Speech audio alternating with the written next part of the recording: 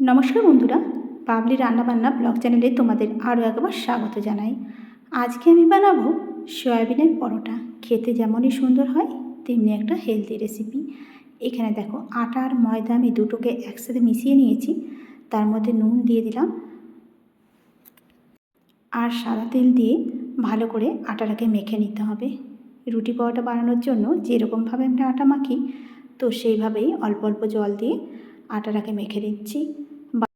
শীতের দিনে এরকম গরম গরম পরোটা চায়ের সাথে সন্ধেবেলায় খেতে কিন্তু ভীষণই সুন্দর লাগে। বাচ্চারাও কিন্তু খুব ভালোভাবে আটাটা খেয়ে নেবে। এখানে দেখো, আটাটা মাখা হয়ে গেছে। এখন এটাকে রেস্টে আমি 15 মিনিটের মতো রেখে দেব। 15 মিনিট পরে আটাটাকে আবারও ভালো করে মেখে নিচ্ছি। অন্যদিকে পুর বানানোর জন্য এখানে আমি নিয়েছি সয়াবিনগুলোকে আগে একটু জল দিয়ে ভাপিয়ে নিয়েছিলাম। এতে করে খুব ভালো দেখো নরম হয়ে গেছে সয়াবিনগুলো। এখন এই সয়াবিনটাকে একটা মিক্সিং জার নিয়ে নেব। এর মধ্যে সয়াবিনগুলো দিয়ে দিতে হবে। খুব বেশি সয়াবিনটাকে পেস্ট করার প্রয়োজন নেই। সামান্য একবার একটু যদি ঘুরিয়ে নেওয়া হয়, এতে করে কিন্তু সয়াবিনটা ঠিক কিমার মতো হবে। তো খুব বেশি পেস্ট করলে আবার সয়াবিনটা খেতে ভালো লাগবে না। একটু গোটা গোটা কিমার মতো থাকবে, এতে করে মুখে পড়বে পরোটার সাথে, তখন সয়াবিনটা খেতেও কিন্তু খুবই সুন্দর লাগবে। এই যে দেখো, এখানে আমি সয়াবিনগুলোকে ঠিক এইভাবেই বানিয়ে নিয়েছি। অন্যদিকে পুরটাকে তৈরি করার জন্য কড়াইয়ের মধ্যেই দিয়ে দিলাম সর্ষের তেল। এবার তেলটাকে একটু গরম করে নেব। পুরের জন্য এখানে আমি সবার থেকে প্রথমে দিয়ে দিলাম কুচনো পেঁয়াজ। দুটো পেঁয়াজ আগে থেকে কুচিয়ে রেখেছিলাম। তোমরা চাইলে এটা নিরামিষভাবেও করতে পারো, তবে এখানে পেঁয়াজ দিয়ে আমি বানাবো, এতে করে খেতে আরও বেশি টেস্টি হবে। পেঁয়াজটাকে হালকা করে একটু ভেজে নেব। কিছুক্ষণ ধরে এভাবেই তেলের মধ্যে নাড়াচাড়া করে নিতে হবে। কিছুক্ষণ নাড়াচাড়া করে পেঁয়াজটাকে একটু ভেজে নিতে হবে। এবার দেখো, পেঁয়াজটা কিন্তু হালকা একটু ভাজা হয়ে গেছে। এই পেঁয়াজটা যখন হালকা ভাজা হয়ে যাবে, এর মধ্যে আমি দিয়ে দেবো কুচনো ক্যাপসিকাম। এখানে আমি হাফটার মতো ক্যাপসিকাম কেটে নিয়েছিলাম, সেই ক্যাপসিকামটাকে দিয়ে দেবো। পেঁয়াজের সাথে ক্যাপসিকামটা একটু ভাজা ভাজা করে নিতে হবে।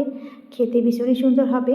এর মধ্যে তোমরা গাজর কিংবা অন্য যে কোনো সবজি, শীতের দিনে ফুলকপি পাওয়া যায়, ফুলকপিটাও দিতে পারো। এবার দেখো, ক্যাপসিকাম পেঁয়াজটা বেশ ভালো মতোই ভাজা হয়ে গেছে, একটু লাল লাল করে ভেজে নিয়েছি। এবার এর মধ্যেই আমি দিয়ে দেবো লঙ্কার গুঁড়ো, জিরের গুঁড়ো আর দিয়ে দেবো হলুদের গুঁড়ো। একই সঙ্গে এর মধ্যে দিয়ে দিচ্ছি আদা আর রসুন বাটা, সঙ্গে দুটো কাঁচা লঙ্কাও বেটে নিয়েছিলাম। সমস্ত মশলাকে একসাথে দিয়ে ভালো করে কষিয়ে নেব। খুব ভালো করে কষিয়ে নিতে হবে, যাতে করে মশলা থেকে কাঁচা গন্ধ চলে যায়। তো ততক্ষণ অবধি খুব ভালো মতো করে এই মশলাটাকে কষিয়ে নিতে হবে। দারুণ সুন্দর হয় এই পরোটাটা, খেতে যেমন সুন্দর হয় বানানো খুব সহজ। এখন দেখো মশলাটা কতটা সুন্দর করে কষিয়ে নিয়েছি। এখন মশলাটা যখন খুব ভালো মতো কষানো হয়ে যাবে, মশলা থেকে কাঁচা গন্ধ চলে যাবে, তখন ওই যে আগে থেকে সয়াবিনটাকে কিমা বানিয়ে রেখেছিলাম, সেই সয়াবিনগুলোকে আমি অল্প অল্প করে এই কড়াইয়ের মধ্যে দিয়ে দেবো। এখন খুব ভালো মতো করে কষিয়ে নিতে হবে। সয়াবিনেরও দেখবে একটা কাঁচা গন্ধ থাকে, সেই গন্ধটা যতক্ষণ না অবধি চলে যায় ততক্ষণ অবধি আমি এটাকে কষাতেই থাকবো। খুব ভালো মতো যত কষানো হবে, সয়াবিনের টেস্ট কিন্তু আরও সুন্দর হবে। এইভাবেই চুলার আঁচটাকে বাড়িয়ে আমি খুব ভালো মতো করে সয়াবিনটাকে কষাবো।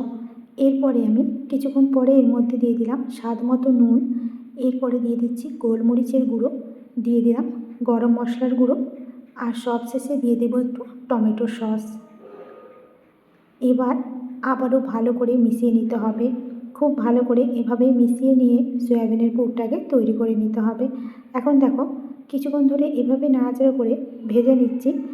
কিছুক্ষণ পর সয়াবিনের পুরটা কিন্তু খুব ভালো মতো হয়ে গেছে। এখন নামিয়ে ঠান্ডা করে নেব। অন্যদিকে যে আমি আটাটা মেখে রেখেছিলাম, তো তার থেকে এভাবে ছোটো ছোটো করে লেচি করে আমি পুরটাকে ভরে নেব। তোমাদের যেভাবে সুবিধা হয় সেভাবে পুরটা ভরে নেবে। আমি ঠিক এভাবে বাটির মতো বানিয়ে তার মধ্যেখানে পুরটাকে ভরবো। তো এভাবে গোল করে নিচ্ছি চারপাশটাকে একটু দিয়ে। এবার যে সয়াবিনের পুরটাকে বানিয়েছি, চামচে করে নিয়ে আমি খুব ভালো মতো করে পুরটাকে এভাবে চেপে চেপে ভরবো।